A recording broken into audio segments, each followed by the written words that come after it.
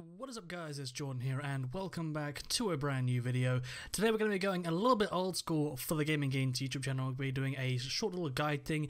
It's going to be nothing too major because I'm still sort of settling into Outbreak myself. However, by the time you'll be watching this, the Outbreak probably would have ended because it's only for a day and then it'll be coming back afterwards. And I think probably I would have played it more than most people just because I had a couple of days off work. So when it came out, I've been playing it just constantly. So I've been playing it loads and really sort of learning the tips and tricks for it, so I thought I would pass them on to you guys so that you can be prepared when Outbreak comes back, because it is absolutely amazing. It is honestly one of the best things to happen to Siege for ages. It's exactly what I wanted it to be. Lots of other people are really enjoying it. So without further ado, we're gonna hop straight into this video.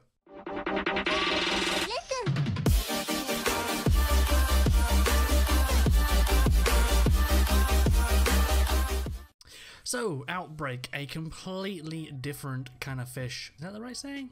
I think I'm going off track. I think I just fucked that one up. It's completely different to normal Siege, obviously, because there's zombies. Zombies are not in normal Siege, in case you didn't realize. So you've got to forget everything from before, and a lot of people are going to be asking, like, why are you so serious about Outbreak? It's not about being serious, but lots of people are completionists. People like to complete things, people like to get through things, so that's why we're going to go through all of these points. But anyway, the first thing I noticed with Outbreak is you can reinforce things like you can in the normal game. However, apart from very rare situations, like you may have seen me in the stream, reinforcing it is not really a good idea. It takes too long.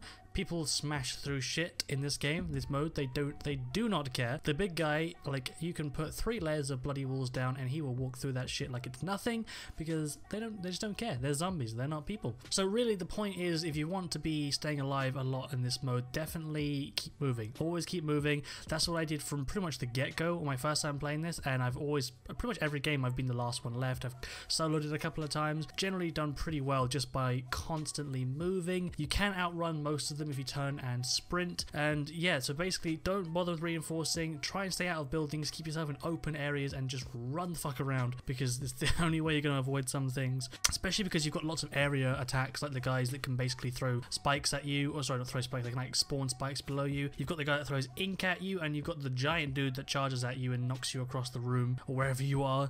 All of those can be avoided by moving, and most of the time, if you're like running around already, you're going to end up dodging those without even realizing. Whereas if you're not, you kind of look at them and you see they're attacking, it's a lot harder to react to it, because, you know, you're standing still and then you've got to move. It's just easier to keep moving. You'll end up dodging them, you won't die, and everyone's going to love you because you'll be just soloing it like a boss. Second point is, do not forget the pistol. The pistol has absolutely saved my ass in this, because if you go for headshots, it's just as effective as any other gun, which is basically the same as normal Siege. However, in this, look, well, then again, there is an exception to this. It won't do as much to some of the higher up enemies, the harder ones, but if you've got loads of people running towards you, swarming you, it is definitely easier and quicker to switch to your pistol, pop off some headshots and get a few kills. You can drop so many people with the pistol, and it's so much quicker than doing a full reload, and if you play it right and do it properly, you'll be able to kill off the people that are coming towards you and then switch back and reload all of your guns, which makes things a little bit easier for you. So definitely do remember that you have your sidearm and that it's not actually useless, although it can feel like it for many people when you end up shooting against the wrong kind of enemy, or if you don't go for the head, it's pretty bad as well. Point number 3 is the takedowns are OP as hell, and they're actually pretty easy to get. You don't have to sneak up on people. A few people that I was playing with literally just a minute ago didn't know that you could actually do those in combat. They thought you could only do it by sneaking. Sneaking's actually harder than pulling off one of the takedowns in combat. Like, it's weird, but it's hard to sneak up on the enemies. All you have to do is melee them once from the front, so they like stumble back, run around the back, and you'll get an instant takedown, and that is an instant kill for you. And it's very easy to do that to multiple enemies. Like, this is not a hard thing to do because you haven't got stamina. You can keep doing it over and over again, and as long as you like learn the timings properly, they won't even get a hit on you, so it's absolutely fine. So definitely keep that in mind. I was literally on like my first or second game when I was streaming, I was getting so many of those takedowns, and an added bonus is they look cool as shit, and you can't do them in the normal game, so there you go. You can do some cool stabby stuff, get some points, stay alive, and look cool while you're doing it. So it's pretty much a win-win-win. There's like 4 wins there. It's a cool thing to do, and it helps. But I've had way too much caffeine. Literally, I've made 4 videos today and 1 hour-and-a-half stream, and I've been surviving on Red Bull to do that, and that Red Bull is now coming back to bite me in the ass because I've got way too much energy and not enough stuff to do with it. The final point is something that you've probably heard from me tons of times in the previous Siege games, but this mode is pretty much impossible on your own. When you get down to yourself, like, it's not impossible. I know there's already going to be someone in the comments like, oh, I've soloed it like 7 times. It's not impossible at all. I've done it a couple of times as well, but it's really, really, really difficult to the point where it's almost impossible, especially when you have some of the enemies, especially on the mission where you have to plant the charge on the weak spot. God, I can't even speak. Caffeine is just killing me. When you have to plant the charge on the weak spot and destroy that, that shit is nearly impossible on your own. As, again, you may have seen in my stream, you may have seen me struggling on that. I was killing them so quickly, but you just can't. It's not about skill, it's about ammo. You run out of ammo before the charge goes off, and literally in the time it takes you to reload, then it's going to go off. I was forgot to mention, I am talking from a pandemic difficulty point of view here. I haven't played it on normal. I didn't even touch normal. I've just been playing on the harder one because I think it's more fun. So yeah, do keep that in mind. But yeah, going back to the point, don't ever just like forget your teammate because you can't be bothered. I know it's tempting, they're annoying, I've done it like so many times, but you're gonna kind of need them, even if it's just for bait. In this, it's so easy to bait them. Just get them to run in front of some of the big guys that charge them, and then you can get the kill from behind. Like, you don't actually have to have necessarily people that are like pros who are like taking on the whole mission, but just someone there that can help you, because there are certain points where it's practically impossible solo. Next point is kind of a self-explanatory one, but Doc is probably the most useful operator for this game mode by far.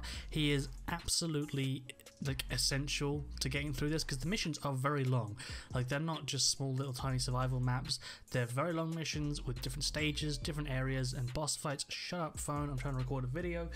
But yeah, there's lots to it, and Doc is definitely essential for keeping the team going. It's going to get to a point where lots of people are low on health, and you've got a big boss dude charging around, knocking walls down, knocking people down, knocking the planets down. Like, there's a lot of stuff going on, and you're going to need Doc because he is an absolute boss, and he'll just keep everyone healed up, you know? Like, there's not much to say about it because everyone knows how Doc works, but just in this mode in particular, he is just super awesome. Point number 7, I really haven't actually structured this one. I'm just, normally I write down my points and I have an exact point, like amount of points. Right now I'm just literally going off the top of my head. This is all improv. Is that the right word? Yeah, not improvised. It's all just literally off the top of my head, like cause I just finished playing it now, and I'm literally just saying everything that I was thinking in the last game. Anyway, next point is guns with a higher capacity mag is definitely superior in this mode, because there are points when you have hordes and hordes and hordes coming towards you, and more bullets without having to reload is definitely something that's going to save you in those situations. I know it did me quite a few times, so yeah, definitely do keep that in mind when you're choosing your character, that if you either go for Doc or someone with quite a lot of bullets in their gun. And anyway, that leads me on to my next point, which is if you don't have either of those two and you're playing someone normal like Ash, who's got a pretty good gun but average for ammo size, whatever, don't forget that her special ability, like the breaching rounds, and as well as the other characters, they also have their abilities that are also very useful. Ash's breaching charge is very useful against the zombies. If you aim it right, you can take out quite a few people with one shot with that. And I know a lot of people like just forget to do that because you have, obviously, because this is so different from the normal game, in your head you're automatically playing like you do when you're playing ranked, and no one really uses that for getting kills, but it can be used very well for kills, as well as obviously opening up holes and walls and things when you're trying to escape.